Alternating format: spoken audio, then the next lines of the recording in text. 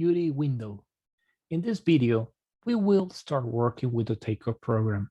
We will describe what is the UD window and how that information is associated with the AutoCAD files. But before we move into the video, make sure you already have installed into your computer the takeoff program. We're going to use takeoff 2020. It is important you have this already installed before we begin. And the proper way to start working, it's if you double click, it will open the takeoff program. It's going to take a little bit. And make sure with when you have this message, like you are going to allow the proper database. To do it, you go to the open an existing project, and let's gonna search for the name of the project. In this case, remember, like the location, it's gonna be always under the project name. If you go to drafting, takeoff, and database is always going to be located here. So you click this one and then hit open. So now you have the database open and ready set up. Let's gonna continue with the video to explain what is the UD windows and how that information is associated with the takeoff program. The UD window, it's the proper way to communicate the AutoCAD details or elevations to your database. You will notice like we have a UD window for all projects that we are working. This is going to be the central information that we're going to be using in our project. Let's go to see how do you open the UD window in any project that you have. To do so, make sure you have an AutoCAD open, and with the database already open at the back, go to Home or Open and search for the location of your elevation. In this case, and all the project folders, it's going to be under the project folder, drafting and drawings, and use this location, field use tags. If you click here and then you open this elevation, you will have it here. Ignore unresolved files, and then you have your elevation. Hit on model. Now, I have my elevation here. I need to use my UD windows. Please use the command UD to open that UD window. If you hit enter and enter twice, it will open. In this case, it's on the right side. So I just move it to my screen and I hit refresh to load the data. I'm pretty confident that I'm using the right database because I have the name of the database for the project at the top. Right now, my database is completely empty. Sometimes you're gonna notice like you have the information into the data. That's correct because we previously released the metal or the glass takeoff.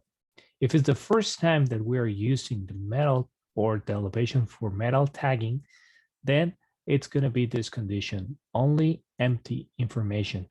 But in most part of the project, you will notice like you will have a lot of information here. So don't worry for that.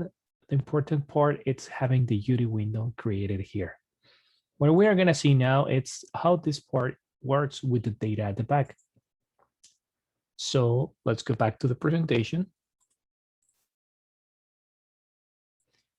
The UD windows detail, it's important to use the BSXX where all your parts will be placed. And then under part use, we're going to enter a name for your part to keep track of it. So the part name under the part use should be the part or part number plus the part and fab number. Let's going to see some examples before to start working on a project. The name for our standard break shape convention is the following. If we have one brake ship on detail 553, it means we can call it that brake ship BS1 on 553, and the mark prefix is BS. If it's the same detail, but we have two brake ship on the same, we're gonna call it number 1 and number 2, and that for the first and the second brake ships. Sometimes you have to create a splice as a brake ship. Then the mark number prefix is SPL. Sometimes you need to create a steel, like the steel bar. So it's important to use the prefix STL, and some of the defaults as the endems and stack joint endems we use for endems as the stack joints BSEDH and BSAD. A very frequently part like we are going to be using it's the cap. So it's important to use the prefix cap on those conditions. This is the naming convention. So how we're going to be naming our parts in our project. Some other information required to the UD window, it's if it's going to be anodized for non-visible brake shapes that require sealant, meal for non-visible brake shape that do not require sealant, paint for visible brake ships, red oxide primer for unexposed steel, and galvanized or paint for exposed steel. And this is usually noted on the shop drawings. It is important to understand that when we call fixed, it's when we are going to enter the fixed length of the part. We use only this portion if it's really a fixed part. And the fab, it's this number, or so we set the fab number. For example, in most of our brake ship, we are going to have 1 or 1L or 1R, depending on where we're working. So let's get started and see how do we start tagging or creating our UD windows and incorporating the data. For that, I'm going to go back to my CAD and I'm going to open. So detail, it's going to be the location where I'm going to be saving all my information or parts. We normally use this for each single detail or component that we have. We only own the BS-XXX. And if we are asking for reference detail, we call it shop use brake ships. We can create more as we need it. For example, if you're working with a steel and you want to isolate those, you can call it STL. And same logic, XXX. And we can create sunship bracket, SB, and the same logic, XXX. In this case, or in this example, I'm not going to be using these two right now. So I'm going to delete it. And I'm going to just concentrate on this, on the BSXX line. Every time I do any changes here, it's important to click apply into the data so I can save that information. So this is the detail number. And all my parts is going to be listed here as I start adding that data. Now I need to create the use. The use is how the elevations are going to be reading my tags. To understand that, I need to open another window here that I forget to mention. So if I type here, take off properties, as you can see, hit enter, and now I have the tags there. So basically, now it's the username. It's going to be connected from the CAD detail to this portion. Let's gonna see how do we created our previous example. We're working with the sunship bracket. So I can call it this sunship bracket with the name of the part. I can do that, or use any reference personal that I want to use. In this case, I'm gonna call it the part name for this example. So this is gonna be W75 56 96 56 96. I can add a description in case, but it's important to incorporate that as a vertical part. So this is a part use. This is going to be connected with my username. Needs to match. These two parts needs to be the same. If it's capital letters, I need to use the capital letters. If I have a space, that space needs to match everywhere. So that is the connection here. Now, under this line, I'm gonna have my assembly. Basically, all what is listed here is gonna be used on that part use. For example, this is my part name. And again, I can use W755696. And here's when I'm gonna incorporate my information. For example, let me move a little bit here, this line here. So I know this sunshade bracket is painted. So the way that I have right now, it's correct. So I'm gonna move because it's say here, well, long at back and 3 inches at back. Well, but I already know from the pre-takeoff meeting notes. So it's paint, there you go. I can call it fab number 1 because I only have one single sunshade bracket, but I can call it 1L, 1R, or whatever I need it in order to create a fab.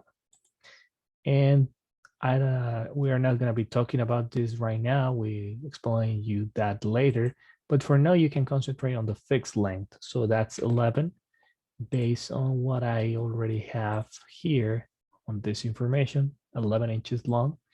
And I can incorporate something else here. So I can hit apply again and save it. This is important. The part number, it's always going to be the name of your part.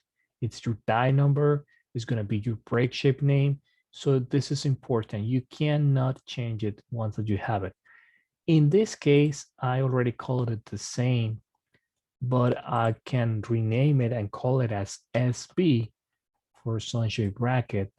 But again, remember that this portion is going to match with the use name. And we are going to explain a little bit more later. For now, I'm going to change it back to W755696, and I explain you this later.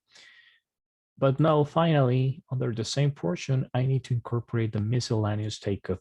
This is all the bolts and fasteners that I have in my project or my part. So as you can see, I have a 07BS, 1 for sunshade bracket, and 713FP. So that information needs to be incorporated here, OBS. I add the code. So it's already the description there. And I add the quantity per part. And the same, I do the same 13FP. And I have parts, but in this time I need to change it for 7. So what it meant, like, it's every time I have one single part W5696, I'm going to need 1 07BS and 713FP. I can start incorporating more information as I need it. For example, in my project, you will notice like we have sunshade brackets and we have indents.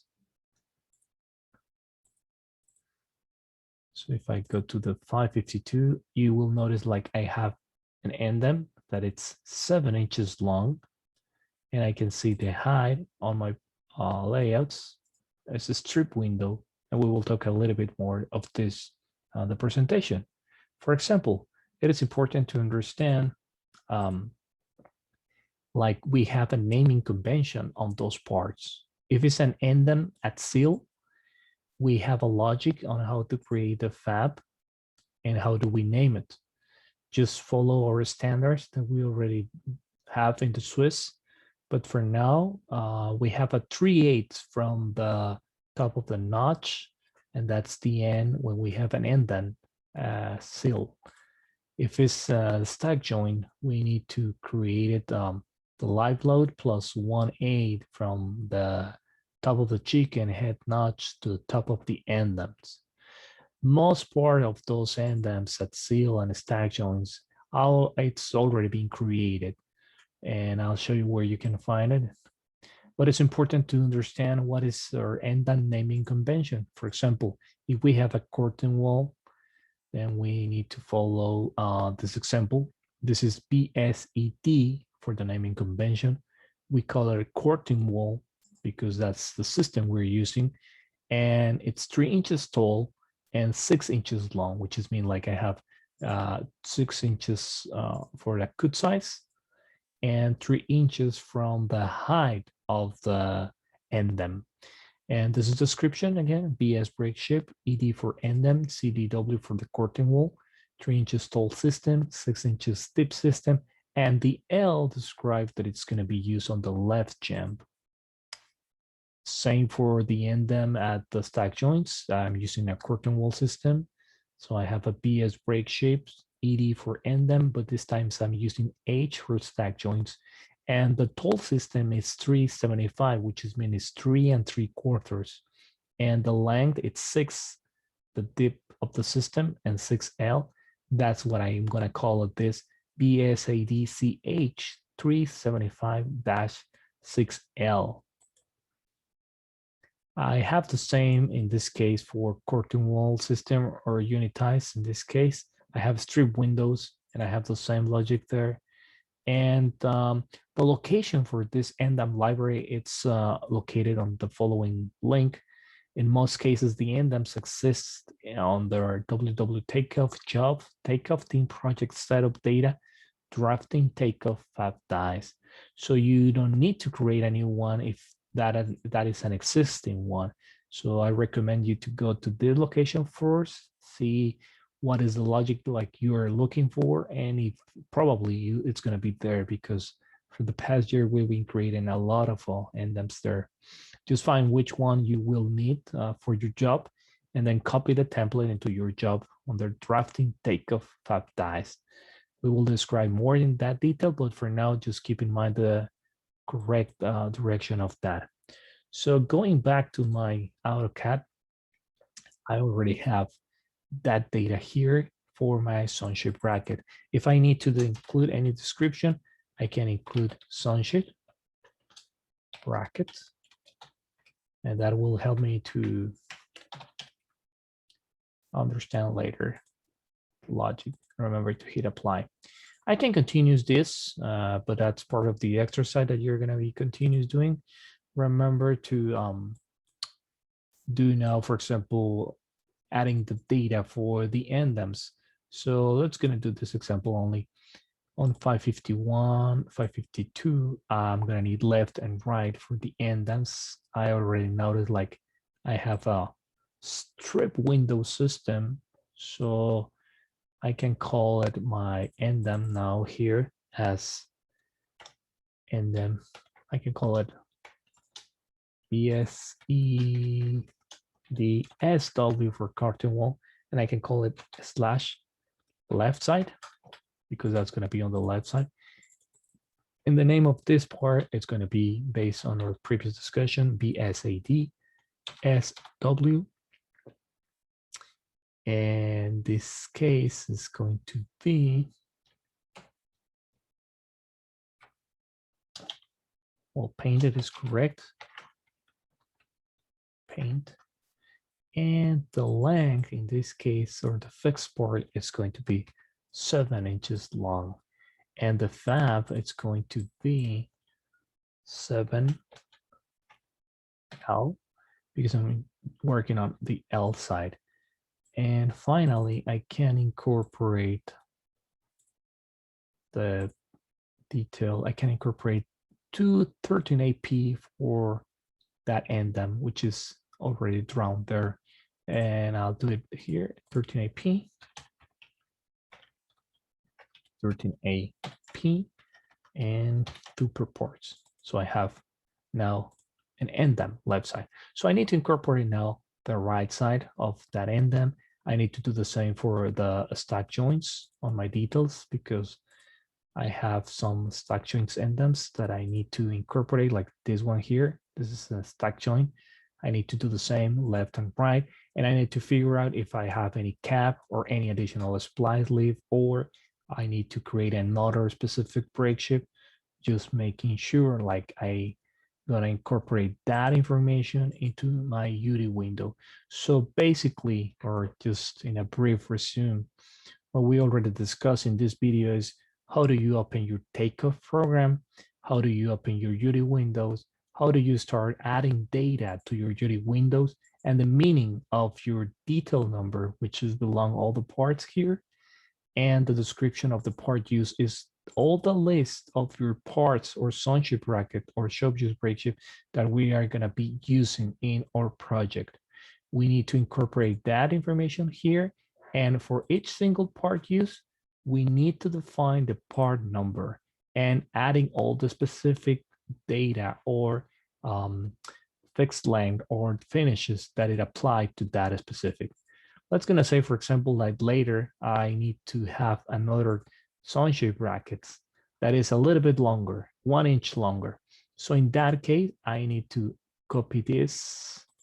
Oh, so I need to copy this. Sorry, the sunshade bracket copy here and paste it here. But this time I cannot call it the same. I can call it differently, but I can call it number 2, for example. So that's number 2. It's going to be the same part number because I'm using the die, the same die. But in this case, I need to change the fab for number 2 because this time it's going to be 1 inch longer. So if I hit apply, I have a number 2, which is a little bit longer. And I can continue doing the same with the rest of the parts. If I'm having the same part number into my dies, I need to start doing this every single change that might have contained. It could be different notches, it could be different finish, or even it could be different fixed line. But as soon as I keep in track this part use list, I can follow or having a clear control on what I'm doing with my parts. So that's basically what it's covering this video. Now the rest of the exercise is if you continue adding or completing your part use list here with all your shop use brake ships, steel bars, and sunshade bracket that you find into your mockup review set, and that will conclude the video.